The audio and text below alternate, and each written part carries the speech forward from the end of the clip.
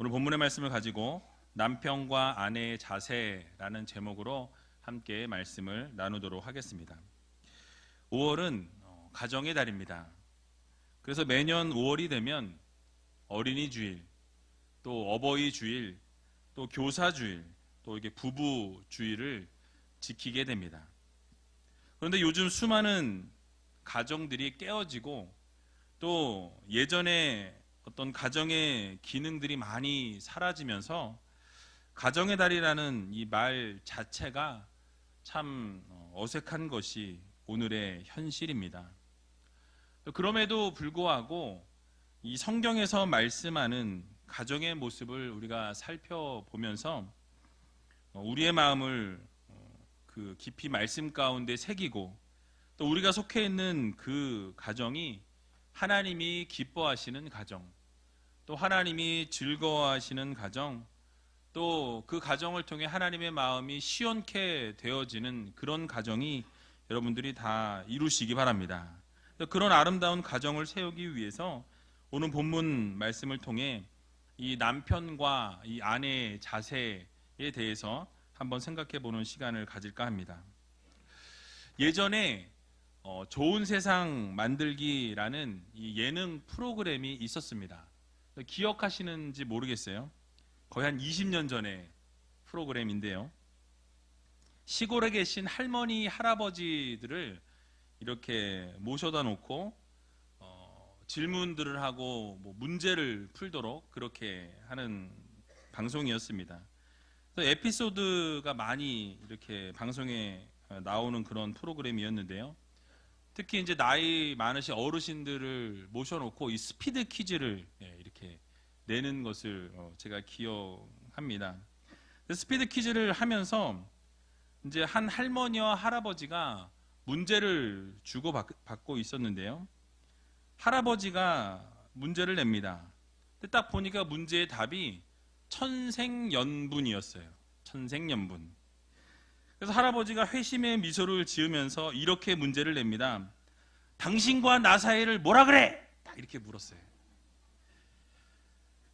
자, 할머니는 조금의 망설임도 없이 왼수! 딱 이렇게 대답을 한 거예요. 그러자 할아버지는 황당하다라는 표정을 지으면서 다시 문제를 바꿔서 이렇게 소리 지릅니다. 아니, 두자 말고 넉자! 딱 그랬어요. 그러자 할머니가 아주 당당하게 맞췄다는 듯이 이렇게 대답합니다. 평생윈수!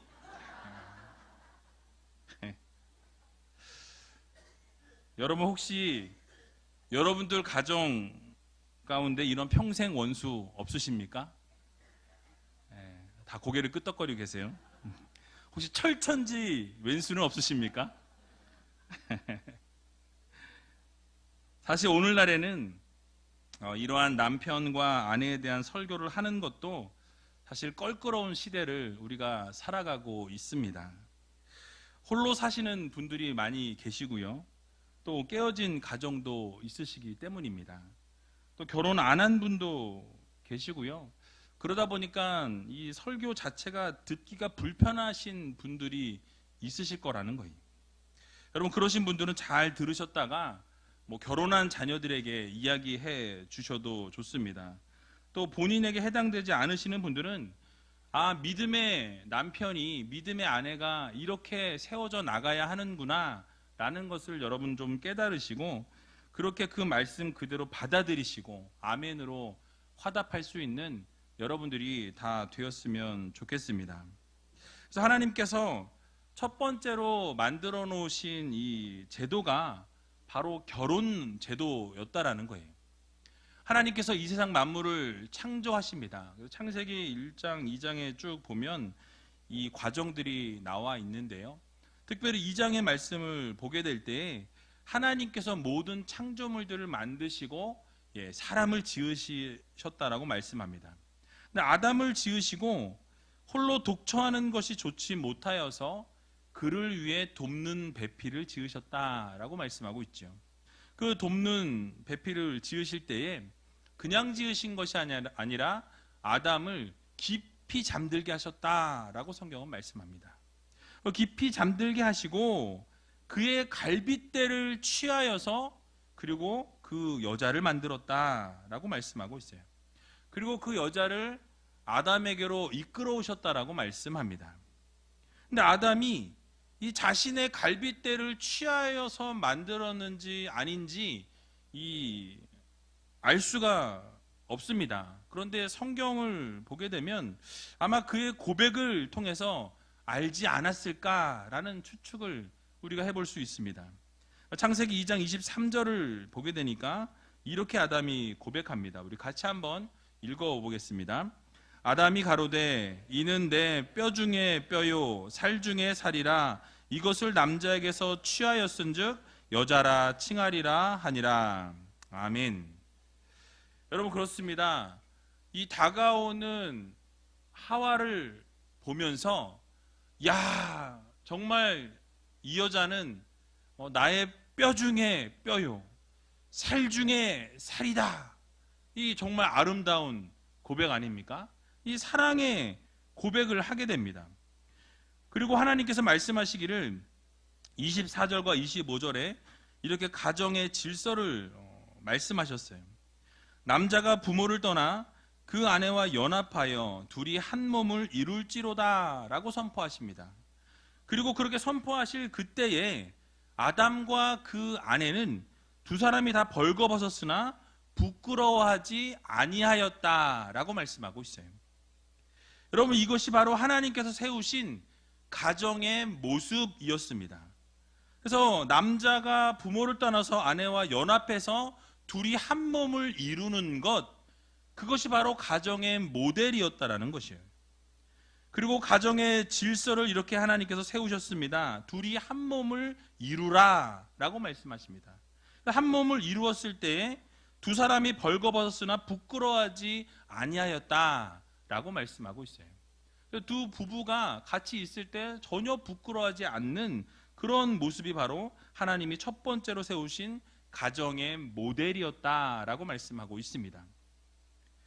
하지만 오늘날의 가정을 보게 되면 참 문제가 많이 있는 것을 보게 됩니다. 깨어진 가정이 있을 뿐만 아니라 남편이 아내를 또는 아내가 남편을 내 뼈 중에 뼈요 살 중에 살이라고 고백하는 것을 보기 힘들어진 그런 시대를 우리가 살아가고 있다라는 거예요. 가정의 질서가 무너지고 파괴되면서 바로 남편으로서의 역할과 또 아내로서의 이 역할이 어떤 모습이 옳은 것인지 어떤 것이 바른 것인지를 구별하기 힘든 그런 시대가 도래하게 되었다라는 것입니다. 이런 어려움의 시대를 우리가 살아가면서 과연 우리는 어떠한 남편과 아내의 모습으로 서 있어야 하겠습니까? 바로 오늘 본문이 그에 대한 해답을 제시해주고 있습니다.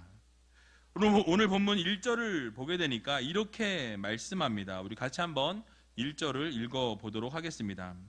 아내된 자들아 이와 같이 자기 남편에게 순복하라. 이는 혹 도를 순종치 않는 자라도 말로 말미암지 않고 그 아내의 행위로 말미암아 구원을 얻게 하려 함이니. 아멘. 여러분, 바로 사도 베드로가 먼저 아내된 자들에게 이렇게 권면하고 명령하고 있는 것입니다. 무엇이라고 명령합니까? 아내된 자들아 이와 같이 자기 남편에게 뭐해라? 순복하라 라고 말씀하고 있습니다. 여러분, 이 순복하다라는 이 말씀은 순순히 복종하다라는 말씀이에요. 그래서 잘 복종하다라는 그런 의미를 내포하고 있습니다. 근데 먼저 주목해 봐야 할 단어가 이와 같이라는 단어예요. 이와 같이. 여러분, 이와 같이라는 단어는 언제 쓰입니까? 앞에 있는 어떠한 내용을 쭉 이야기한 이후에 이와 같이, 그러니까 그렇게 얘기한 것처럼 이렇게 하라라는 단어죠. 그래서 그 앞에 내용인 베드로전서 2장 13절에서 18절의 말씀을 보게 되면 백성들과 사환들이 각각 왕이나 방백들 또는 주인들의 말에 순복해라 라는 그 내용을 담고 있습니다. 순복하는 태도에 대해서 언급하고 있다라는 거예요. 그래서 여기서 말씀하고 있는 초점은 무엇이냐면 바로 그런 왕이나 주인의 어떤 그런 권세와 질서에 대한 순복을, 그 복종을 포함하고 있다라는 것입니다. 따라서 본절에서도 아내에게 이와 같이 그렇게 권세와 질서에 복종할 것을 요구하고 계신다라는 거예요. 남편에게 순복해야 한다라는 이 말씀은 곧 모든 아내는 남편의 권위를 인정하고 또 그 권위에 순복하고 따라야 한다라는 말씀인 것입니다. 왜냐하면 하나님께서는 가정의 질서를 그렇게 세워주셨기 때문입니다. 그 가정의 머리로 남편을 하나님께서 세워주셨다라는 거예요. 그래서 에베소서 5장 22절에서 23절을 보게 되면 이렇게 말씀합니다. 우리 같이 한번 읽어보겠습니다. 아내들이여 자기 남편에게 복종하기를 주께 하듯 하라. 이는 남편이 아내의 머리됨이 그리스도께서 교회의 머리됨과 같음이니 그가 친히 몸의 구주시니라. 아멘. 여러분, 무엇입니까? 아내들에게 남편에게 복종하기를 주께 하듯 하라 라고 말씀하고 있죠. 그 이유가 무엇입니까? 바로 남편이 아내의 머리됨이 그리스도께서 교회의 머리됨과 동일하다라는 거예요. 그래서 남편을 바로 가정의 머리로 하나님께서 세워주셨다라고 말씀하고 있습니다. 여러분, 이런 얘기를 듣게 되면 지금 무슨 조선시대도 아니고 뭐 그렇게 순종하라고, 순복하라고, 그런 복종하라고 이야기합니까? 하고 반발하고 싶은 여성분들이 있을 줄로 압니다. 하지만 이것이 바로 성경이 가르치는 결혼과 가정의 질서라는 거예요. 하나님은 질서의 하나님이십니다. 질서를 세우기를 원하신다라는 거예요. 분명히 부부는 한 몸으로 만드셨어요. 또 남편의 갈빗대를 취하여서 한 몸을 이루게 하셨습니다. 즉 둘이 동등한 위치에 있다라는 것을 의미하는 거예요. 하지만 동등한 위치에 있지만 그 몸의 질서를 하나님이 세우셨다는 것입니다. 그러니까 동등하게 서 있는 동등한 위치에 있으나 그 몸의 질서를 하나님께서 만들어 두셨다라는 말씀입니다. 바로 남편이 가정의 머리가 된다라는 것이 하나님의 가르침이에요. 그런데 오늘날 이 땅의 모든 사람들은 말할 것도 없거니와 성도들의 가정 가운데서도 이런 사실을 잊어버리고 질서가 무너진 상태로 살아가는 경우가 너무나 많이 있다라는 것입니다. 남편의 권위는 바닥을 치고 있습니다. 또 질서라고는 전혀 찾아볼 수 없는 그런 가정들이 너무나 많이 있다라는 사실이에요. 그러나 하나님께서 원하시는 것은 바로 가정의 질서입니다. 하나님이 원하시는 것은 가정의 질서의 회복을 원하신다라는 거예요. 결혼 제도를 하나님께서 세우시고 그 가정의 질서를 세우기를 원하셨다라는 거예요. 하나님께서는 아내가 가정의 머리된 이 남편의 권위를 인정하고 따르면서 그의 결정이나 생각을 존중하기를 원하신다라는 사실입니다. 그래서 이 가정의 질서를 우리 아내들이 같이 세워 나가야 한다라는 거예요. 또 오늘 본문 1절 하반절의 말씀을 보게 되면 이는 혹 도를 순종치 않는 자라도 말로 말미암지 않고 그 아내의 행위로 말미암아 구원을 얻게 하려 함이니 라고 말씀합니다. 바로 앞에서 믿는 가정 안에 영적 질서를 세우기 위해서 아내가 남편에게 순복해야 한다라고 말씀드렸죠. 그런데 그것뿐만 아니라 다시 말씀하기를 이와 동시에 복음을 받아들이지 않은 남편이 있는데 그 남편을 구원해내기 위해서라도 이 순복하고 순종하는 모습이 그 가정 가운데 필요하다라는 것을 지금 교훈하고 있는 것입니다. 바로 남편들이 그 아내의 순복하는 모습을 통해서 복음이 전해지고 하나님의 말씀이 그 믿지 않는 남편들에게 전해질 수 있다라는 거예요. 예수를 믿을 수 있는 계기가 바로 아내의 순복함, 아내의 순종과 복종을 통해서 그러한 모습들이 이루어질 수 있다라는 것을 강조하고 있는 것입니다. 복음을 전파하기 위한 어떤 도구로서 이 순복이 필요하다라고 또 지금 베드로 사도는 강조하고 있는 거예요. 즉 남편이 가정의 머리됨을 인정하지 않게 되면 창조 질서에 따른 이 부부간의 위계 질서가 파괴될 뿐만 아니라 또 믿지 않는 남편을 구원으로 이끌어내는 그 기회가 박탈되어질 수 있다라는 것을 우리들에게 말씀하고 있는 것입니다. 결국 기독교에 대한 나쁜 평판을 불러일으킬 수가 있다라는 거예요. 그러므로 베드로는 이 그리스도인 아내들이 남편에게 순복하는 이 자세를 통해서 남편을 감화시키고 남편을 또 변화시켜서 그들이 결국 구원을 받을 수 있는 그 기회를 제공하라라는 것을 지금 강조하고 있는 것입니다. 그래서 2절에도 보면 1절에 그대로 연결이 되어서 너희의 두려워하며 정결한 행위를 봄이라 라고 말씀하고 있죠. 바로 앞에 1절과 연결된 내용으로 바로 남편들이 자신의 아내들의 행위를 면밀하게 살펴보고 있다라는 거예요. 여러분, 어떤 행위를 주시해서 본다는 것입니까? 바로 정결한 자세로 하나님을 두려워하는 그 가운데에서 남편에게 순종하고 자신의 정조와 순결함을 지키고 신의를 지켜내는 그런 모습을 주시해서 살펴본다라는 말씀입니다. 사실 이 말씀이 나오게 된 배경이 그 당시에 수많은 여자들이 정조를 지키지 아니하고 순결을 지키지 아니하고 아주 문란하게 살았던 그 시대를 반영하고 있어요. 그래서 기독교인들만이라도 그러한 모든 것들을 지켜내기 위해서 베드로 사도는 지금 그것을 강조하고 있는 것입니다. 그래서 아내의 정결한 행위로 말미암아서 마음의 문이 열려지는, 그래서 복음을 받아들이게 된다라는 말씀을 강조하고 있는 것입니다. 여러분, 실제로 어거스틴의 이 고백록을 보게 되면 어거스틴이 이렇게 고백하는 것을 볼 수 있습니다. 나의 어머니는 아버지를 그녀의 주인으로 섬겼습니다. 그리고 하나님 당신께서는 저의 어머니로 하여금 행동으로 설교하게 하심으로 아버지를 당신에게로 인도하게 하셨습니다. 라고 고백하고 있어요. 여러분, 무엇입니까? 바로 어거스틴의 그 어머니는 모니카라는 분이었습니다. 근데 어거스틴도 상당히 방탕한 생활을 했다라는 거예요. 하나님을 저버리고 하나님을 떠나서 아주 허랑방탕한 삶을 살았던 사람이었습니다. 그러나 이 모니카의 기도로 말미암아서 그가 회심하게 되었고 이제는 정말 하나님을 잘 섬기는 그런 성자가 되었다라는 거예요. 그렇게 어머니의 기도를 통해서 자신도 돌아왔을 뿐만 아니라 바로 그 어머니의 행동, 어머니의 섬김을 통해서 행동으로 설교함으로 그 어머니가 아버지를 섬기고 사랑하고 그렇게 순종하는 삶을 통해서 불신자였던 그 남편이, 아버지가 돌아오게 되었다라고 고백하고 있는 것입니다.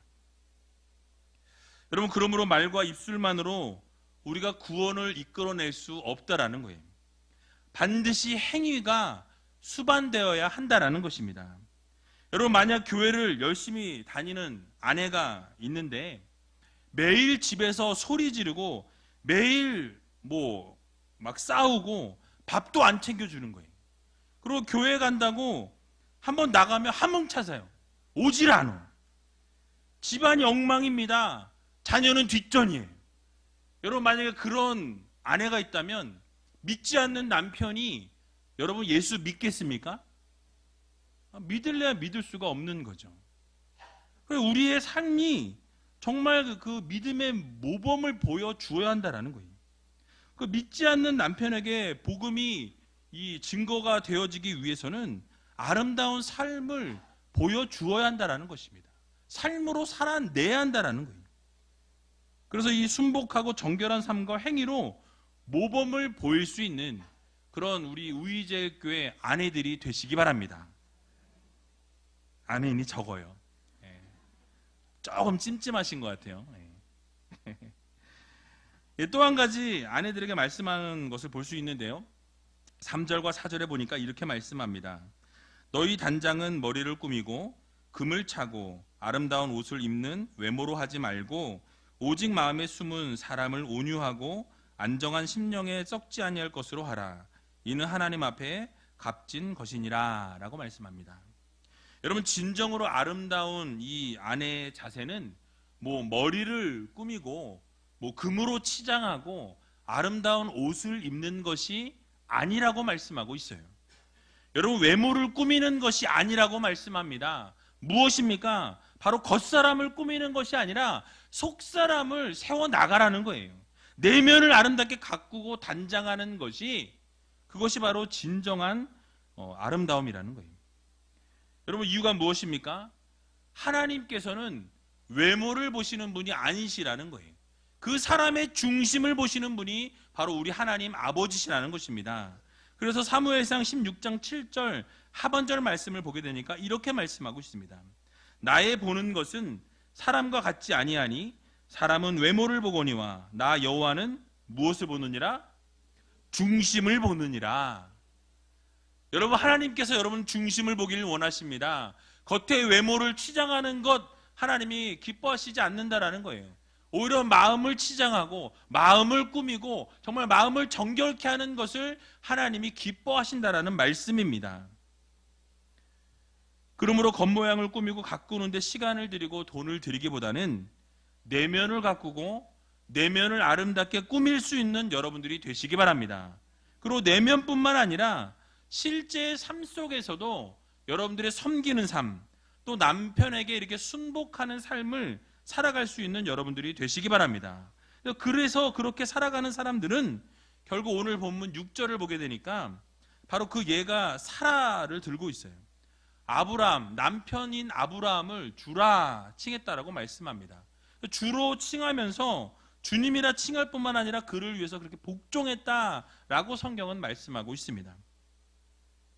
그러므로 여기 앉아 계신 모든 아내분들이 자신의 내면을 가꾸고 또 그 내면을 단장할 뿐만 아니라 실제 삶 속에서도 하나님 말씀을 듣는 것처럼 남편에게 순복하고 섬기는 모습으로 나아가게 될 때 결국 6절에 말씀하고 있는 것처럼 만국의 어머니로 세움을 받은 사라처럼 그의 딸로 부르심을 입는다라고 말씀하고 있습니다. 여러분들이 바로 만국의 어머니의 딸로 세움을 입는다라는 거예요.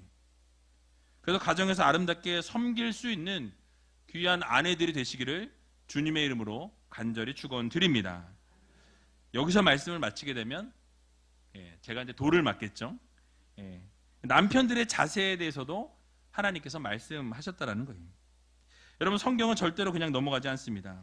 마지막 7절을 함께 읽어보도록 하겠습니다.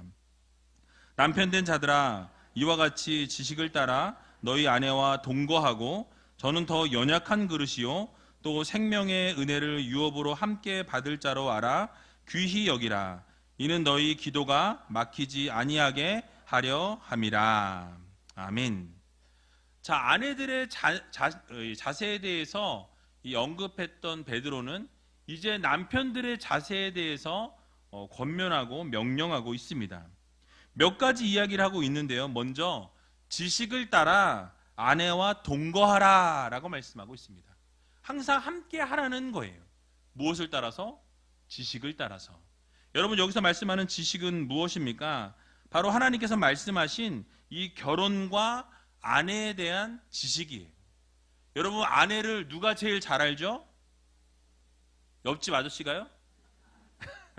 아내는 남편이 제일 잘 알고 있습니다. 그래서 이 아내에 대한 지식을 말씀하는데요. 이 아내는 지금 어떤 사람들이냐? 구체적으로 지금 두 가지를 이야기합니다. 바로 아내는 더 연약한 그릇이다라고 말씀하고 있어요. 무엇이라고요? 연약한 그릇이다.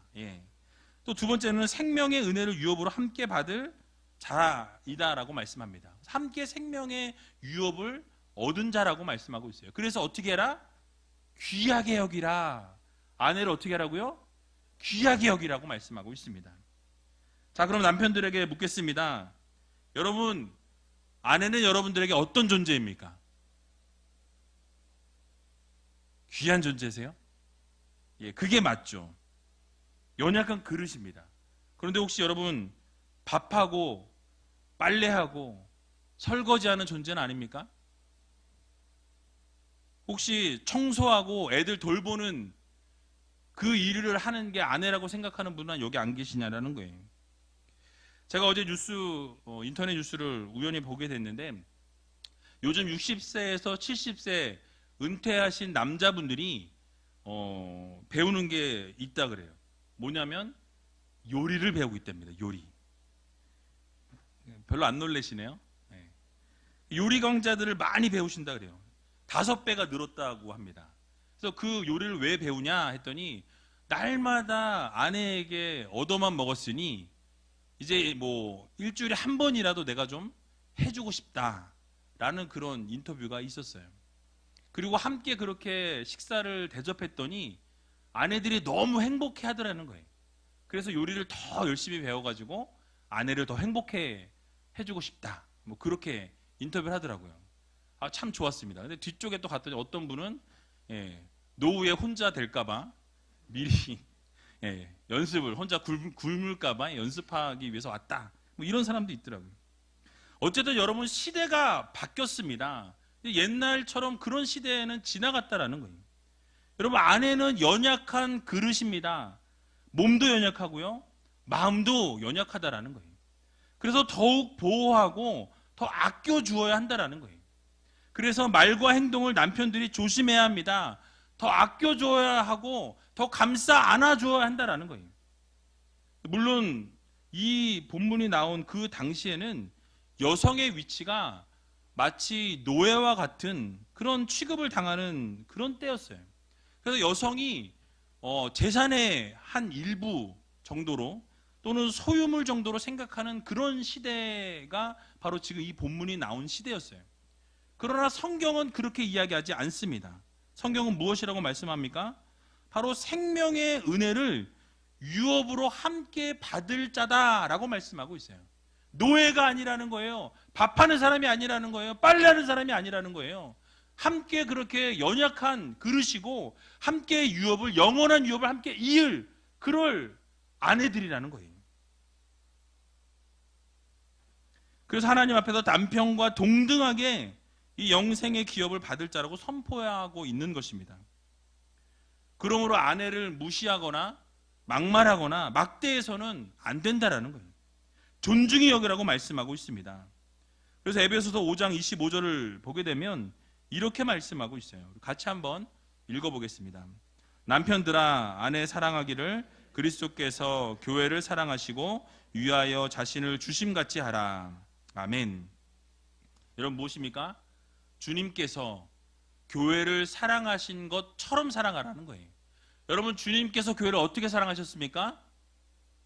죽기까지, 생명을 내어 주시기까지 교회를 사랑하셨습니다. 그것처럼 남편들아 아내를 어떻게 사랑해라? 죽기까지, 생명을 내어 주기까지 사랑하라는 거예요. 말씀 들으시면서 앞에서 봐, 순종하래잖아, 순복하래잖아, 뭐 이러려고 마음 생각하셨던 분들 다 내려놓으세요. 여러분 죽기까지 사랑하셔야 됩니다. 연약한 그릇이에요. 언제 깨어질지 모르는 그릇이기 때문에 여러분 날마다 사랑으로 보듬어주고 안아주고 감싸주고 이해해주고 덮어주고 사랑해줘야 할 상대가 바로 아내들이라는 것입니다. 결국 이렇게 남편들이 아내를 사랑으로 대하고 아껴주고 보호해야만 기도가 막히지 않을 거라고 성경은 우리들에게 교훈합니다. 여러분 아내를 아끼고 사랑하는 것이 결국 또한 기도가 막히지 않는 지름길이 된다라고 말씀하고 있어요. 만약 아내와 싸우고 다투고 난 뒤에 여러분 기도 한번 해보시기 바랍니다. 우리 남자분들 아내와 대판 싸우고 나서 하나님 앞에 간절히 기도해 보세요. 기도가 될 것 같습니까? 안 돼요. 기도가 안 됩니다. 기도를 하려고 해도 기도가 되지 않을 뿐만 아니라 기도를 할지라도 하나님께서 그 기도는 듣지 않으신다는 거예요. 죄를 품고 기도하기 때문에, 그 마음 그 감정 가지고 기도하기 때문에 듣지를 않으신다는 거예요. 그러므로 남편들은 아내들에게 예수님의 마음을 품고 그 예수님의 사랑으로 감싸 안아주시기 바랍니다. 아무도 아멘을 안 하세요, 지금 남편들. 여러분 화성에서 온 남자, 금성에서 온 여자라는 책이 있어요.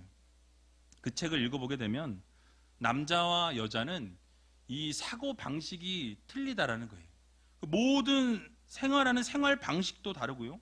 사고 구조 자체가 다르다라는 거예요. 태도도 다르고요. 모든 그 습관도 다르다라는 거예요. 그래서 오죽하면 화성에서 왔고 금성에서 왔다 그래요. 다른 두 별에서 사는 사람들이 만나서 가정을 이룬 거예요. 어떻겠습니까? 싸우는 게 당연하겠죠. 힘든 어려운 순간들이 있을 수밖에 없다라는 거예요. 그러나 어떻게 해야 된다?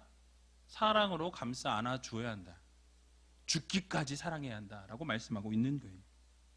그러므로 서로의 다름을 인정해주고 성경에서 말씀하는 이 권면을 따라서 남편은 아내를, 아내는 남편을 사랑해주고 섬겨주고 세워주고 그렇게 안아줄 수 있는, 또 칭찬하고 격려할 수 있는 그런 가정이 될 때 결국 그 가정은 천국을 이루게 된다는 사실을 여러분 모두 믿으시기 바랍니다. 그 가정이 진정한 천국의 모형이 될 수 있다는 거예요. 여러분 천국을 가시고 싶으시죠? 근데 그 천국을 맛볼 수 있는 것이 어디입니까? 가정이에요. 바로 가정에서 지옥을 경험하고 계시다라고 한다면 여러분 그 가정을 천국으로 바꿀 수 있도록 기도하시기 바랍니다. 그리고 그 천국을 만들어낼 수 있도록 여러분들이 노력하셔야 된다는 거예요. 그래서 오늘 말씀을 들은 것처럼 남편은 남편으로서의 자세, 아내는 아내로서의 자세를 아름답게 세워나갈 때 그 가정은 천국을 맛보는 가정이 될 수 있다는 사실을 여러분 모두 기억하시면서 매일매일 천국을 맛보며 살아갈 수 있는 저와 여러분들이 다 되시기를 주님의 이름으로 간절히 축원드립니다. 우리 함께 찬양하기 원하는데요. 우리 주 은혜임을이라는 찬양입니다. 여러분 이 찬양 같이 하면서 여러분 주님께서는 여러분들의 상한 마음 또 힘들고 어려웠던 그 순간 아신다라는 거예요.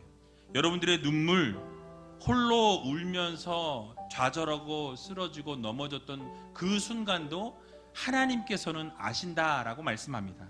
여러분 세상 소망이 다 사라져갈지라도 주님의 사랑이 끝이 없음을 여러분 기억하시고 그 울었던 그 순간, 우울했던 그 순간, 상처받았던 그 순간 이 시간 내려놓으시고 하나님께 위로받으시고 정말 남편으로서 아내로서 아름답게 설 수 있는 우리들이 되게 달라고 함께 찬양하시고 통성으로 기도하는 시간 갖도록 하겠습니다.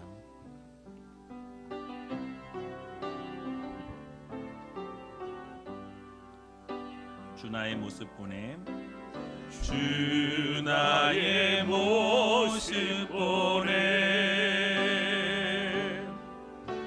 상한 나의 맘 보시네. 주 나의 눈물 안에, 주 나의 눈물 안에 홀로 울던 맘 아시네. 주 사랑 내게 있네, 주 사랑 내게 있네. 그 사랑이 날 채우네.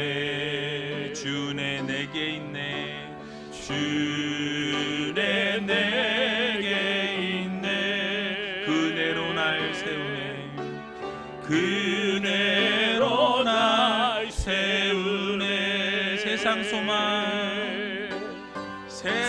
소망 다 사라져 가도 주의 사랑은 끝이 없으니 살아가는 이 모든 순간이 주 은혜임을 나는 믿네. 다시 한번 찬양합니다. 주 나의 모습 보내, 주 나의 모습 보내. 상한 나의 맘 보시네, 상한 나의 맘 보시네. 주 나의 눈물 안에, 주 나의 눈물 안에 홀로 울던 맘 아시네. 주 사랑 내게 있네, 주 사랑 내게 있네. 그 사랑이 날 채우네, 그 사랑이 날 채우네. 내게 있네. 주네 내게 있네. 그 은혜로 날 세우네. 그 은혜로 날 세우네. 세상 소망 다 사라져가도, 세상 소망 다 사라져가도 주의 사랑은 끝이 없으니 살아가는 이 모든 순간이 주의 힘을 나는 믿네. 세상 소망 다 사라져가도, 세상 소망 다 사라져가도 주의 사랑은 끝이 없으니 살아가는 이 모든 순간이 주의 힘을 나는 믿네. 우리 이 시간 다 같이 눈을 감고 함께 기도하며 나갈 때, 여러분, 하나님께서 여러분들의 상한 마음을 아신다라는 거예요. 상처났던 그 순간, 마음 아파하고 절망하고 낙심하였던 그 마음, 주님이 아신다라고 말씀합니다. 여러분들의 눈물을 아신다라는 거예요. 홀로 흘렸던 그 수많은 눈물, 밤을 적셔가면서 흘렸던 그 눈물들을 주님께서 아신다라고 말씀하고 있습니다. 여러분, 세상의 소망이 다 사라져갈지라도 하나님의 그 사랑이 끝이 없음을 기억하시고, 혹시 예전에 받았던 그 상처, 남편으로부터 받았던 그 상처, 아내로부터 받았던 그 상처, 아픔, 절망, 낙심, 여러분 주님 앞에 내려놓으시고 오늘 이 시간 치유해달라고, 회복시켜달라고, 모든 것이 하나님의 은혜임을 고백할 수 있는 우리들이 되게 해달라고 여러분 기도하시기 바랍니다. 이 시간 함께 기도하며 나갈 때요, 여러분, 하나님께서는 질서의 하나님이십니다. 가정의 질서를 원하신다라는 거예요. 결혼 제도를 하나님 세우셨습니다. 아내들에게 말씀하십니다. 남편에게 순복하라. 남편의 권위를 인정하라. 가정의 머리로 남편을 세우셨다라고 말씀하고 있어요. 여러분, 존중하시기 바랍니다. 영적인 질서입니다. 무시해서는 안 된다라는 거예요. 믿지 않는 남편이 아내의 행위로 말미암아서 하나님을 믿게 될 수 있는 도구가 되기 위해서라도 순복하라고 성경은 말씀합니다. 여러분, 또 외모가 아닌 중심이 중요하다라고 말씀드렸어요. 내면을 가꾸고 단장할 수 있는 아내들이 되게 해달라고. 하나님은 외모가 아니라 중심을 보신다 말씀하십니다. 그래서 외모를 꾸미는 우리가 아니라 내면을 가꿀 수 있는 귀한 아내들이 되게 해달라고 여러분 기도하시기 바랍니다. 남편들에게 말씀하십니다. 아내의 연약함을 기억하라고 말씀하셨어요. 깨어지기 쉬운 그릇이라고 말씀합니다. 죽이는 말들, 막 말을 내뱉고 행동을 막 하지 말라는 거예요. 사랑하라고 말씀합니다. 아껴주라고 말씀합니다. 보호해주라고 말씀합니다. 사랑해야 할 대상이라고 말씀하고 있어요. 말과 행동을 조심하라고 말씀합니다. 주님께서 교회를 사랑하신 것처럼 생명을 내어 던져주시기까지 사랑하셨던 그 주님의 사랑과 같이 아내를 사랑할 수 있는, 아내를 안아줄 수 있는 그런 남편들이 되라고 말씀하십니다. 여러분, 혹시 이 자리에 앉아 계신 우리 남편들, 아내들, 그동안 그렇게 살아오지 못했다라고 한다면 하나님, 지금 이 순간부터 그렇게 살기를 소원합니다. 그렇게 살아가기로 작정합니다. 하나님 앞에 결단하시고 함께 통성으로 기도하는 시간 갖도록 하겠습니다. 기도하겠습니다. 살아서 역사하신 아버지 하나님, 은혜와 사랑을 감사합니다. 아버지 하나님, 모든 것이 하나님의 은혜임을 다시 한번 기억합니다. 아버지 하나님, 우리 홀로 흘렸던 눈물, 아버지 주님께서 아시고 상한 마음, 찢겨지고 아버지 쓰러지고 넘어졌던 정말 실망하고 좌절하고 아버지 하나님 모든 것들 절망했던 그 순간들 주님께서 아시지요. 이 시간 함께 찾아오셔서 우리의 마음을 만져주시고 회복시켜 주시기를 소원합니다. 남편으로서 아내로서 바로 설 수 있도록 도와주시고 그동안 받았던 상처와 모든 아버지의 절망과 낙심들이 하나님의 위로하심으로 깨끗게 씻겨지는 놀라운 기적의 역사가 일어나게 하여 주시옵소서. 하나님께서는 질서의 하나님이라 말씀하셨습니다. 가정의 질서를 원하시고 아버지 결혼 제도를 세워주셨사오니 아버지여 그 아름다운 질서들을 세워나갈 수 있는 남편과 아내들이 되게 하여 주시옵소서. 아내들에게 말씀하신 것과 같이 남편들에게 순복하며 남편의 권위를 인정하며 가정의 머리로 남편을 세우셨다는 사실을 기억하며 아버지 존중할 수 있는 아내들이 될 수 있도록 하나님 인도하여 주시옵소서. 영적인 질서를 세워나갈 수 있도록 도와주시고 외모가 아닌 아버지 중심을 아버지 중요하다라는 것들을 기억하며 오직 아버지 하나님 내면을 갖고 단장할 수 있는 아내들 되게 해주시고 또 남편들도 아버지 아내의 연약함을 기억하며 보호하고 아껴주고 사랑할 수 있는 죽기까지 아버지 사랑할 수 있는 생명을 던지기까지 사랑할 수 있는 그 주님의 사랑을 배울 수 있는 남편들 될 수 있도록 하나님 인도하여 주시고 함께하여 주시옵소서. 사랑의 주님 감사합니다. 모든 것이 하나님의 은혜임을 고백합니다. 혹시 이 자리에 앉아 계신 분들 가운데 남편으로 인해서 또는 아내로 인해서 고통받고 힘들었고 좌절했고 쓰러지고 넘어졌던 또 홀로 울었던 그 눈물 주님 아시지요? 이 시간 찾아오셔서 그 마음을 위로하여 주시고 어루만져 주심으로 놀라운 치료의 역사와 회복의 역사가 일어나게 하여 주시옵소서. 남편과 아내의 자세가 어떠해야 할지 다시 한번 마음 깊이 새기게 하여 주시고 아내들은 남편에게 순복하며 남편의 권위를 인정하며 가정의 머리로 하나님께서 남편을 세우셨다는 사실을 기억하게 하여 주셔서 이 영적인 질서를 아름답게 세워나갈 수 있는 지혜로운 아내들이 되게 하여 주시옵소서. 그래서 외모가 아닌 중심을 꾸미게 하여 주시고 내면을 가꾸고 단장할 수 있는 아내들이 되게 하여 주시옵소서. 또 남편들은 아내의 연약함을 기억하게 하여 주셔서 보호하고 아껴주고 사랑해야 할 대상이라는 사실을 기억하며 말과 행동을 조심하게 하여 주시고 정말 생명을 던지기까지 사랑하신 그 주님의 사랑으로 아름답게 사랑할 수 있는 귀한 남편들 되게 하여 주시옵소서. 서로의 다름을 인정하게 하여 주시고 서로가 섬겨주며 사랑하며 이해하며 감싸주며 칭찬하고 격려할 수 있는 귀한 남편들과 아내들이 될 수 있도록 주님께서 축복하여 주시옵소서. 모든 것 주님 앞에 감사드리오며 이 모든 말씀 예수님의 이름으로 기도하옵나이다. 아멘. 아멘.